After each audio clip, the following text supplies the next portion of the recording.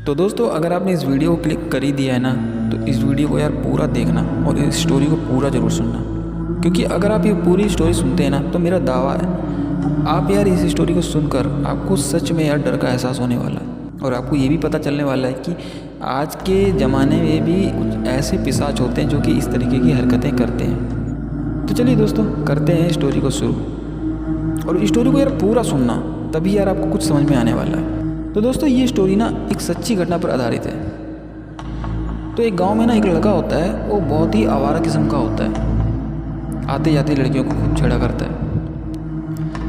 इसकी इस हरकतों से ना कभी गांव वाले बहुत परेशान थे, क्योंकि जिस तरीके की इसकी हरकतें थी तो यार जाहिर सी बात है वो सबके लिए एक परेशानी बन चुका था।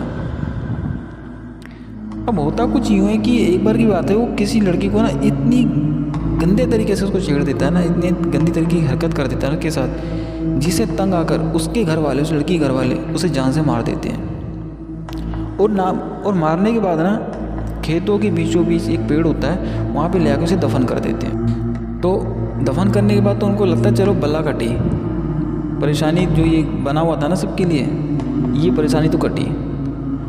लेकिन होता कुछ ही है कि 2-3 महीने के बाद वो हरकतें फिर से लोगों को महसूस होने लगती हैं उसकी, क्योंकि जब भी उस खेत के रास्ते कोई जा रहा होता है ना, और अगर उसे पेड़ के नीचे अगर वो रुक जाता है तो उसे वो तंग करता है।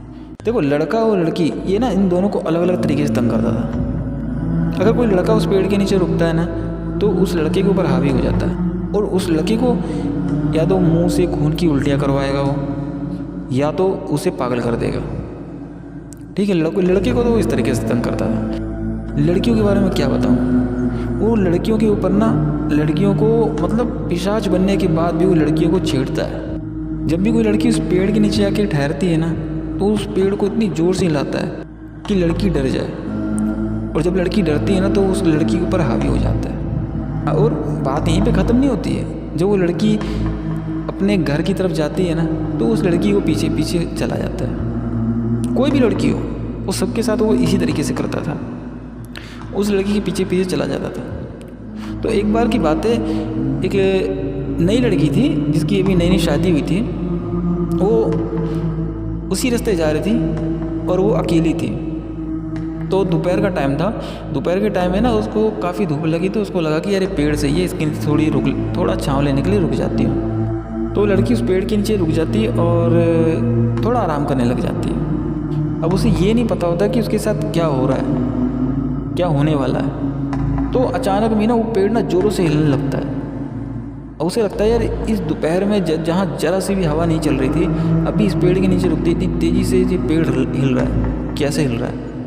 वो लड़की डर से जाती है, और जब भी वो लड़की डरती है ना, तभी वो उस लड़की के ना ऊपर हावी हो जाता है। तो लड़की तो उस टाइम वहाँ पे बेहोश हो जाती है। अब बेहोश होने के बाद जब गांव वाले वहाँ पे आते हैं ना, तो देखते हैं कि लड़की यहाँ पे बेहोशी हालत में पड़ी है। जिन लोगों को पता होता है उसके पेड़ का किस्सा, तो वो लोग तो समझ जाते हैं कि ऐसे इस पेड़ के ऊपर जो पिशाच है ना, उसी ने इसको कुछ किया है। तो उस लड़की को लेके वो घर चले जाते हैं उसके, और घर पे ले जाके उसको पंडित को बुलवा के ठीक करवा लेते हैं। तो एक दिन की बात है, वो लड़की ऐसे सोई हुई थी, तो वो क्या करता है कि उसके जो पति होता है, उसके पति का रूप बनाकर आके उसके बगल में सो जाता है।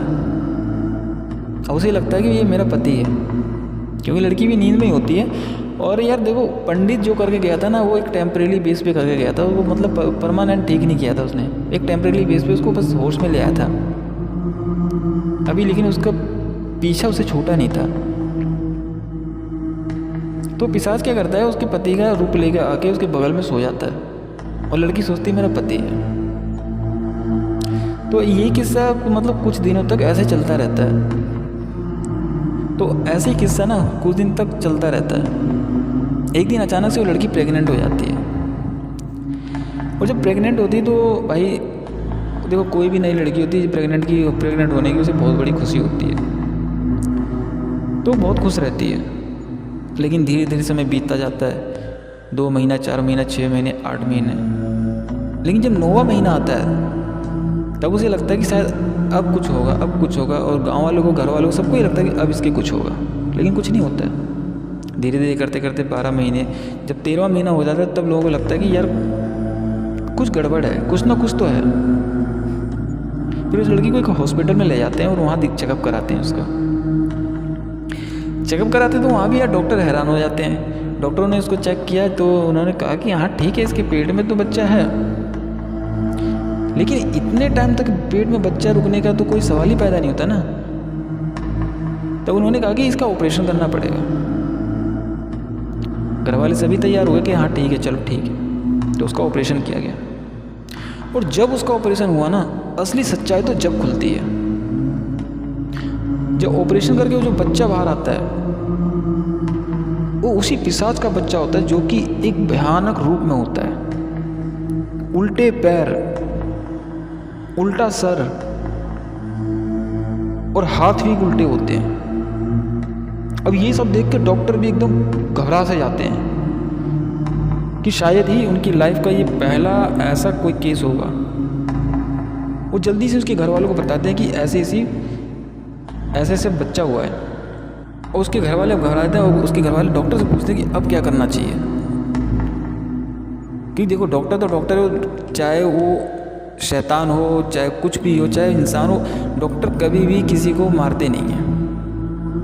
उन्होंने बोला अब इसे घर पे लेके जाओ, जो भी कुछ है अब वो आपका, अब आप देखो क्या करना है इसका, अब आप इसे घर पे लेके जाओ।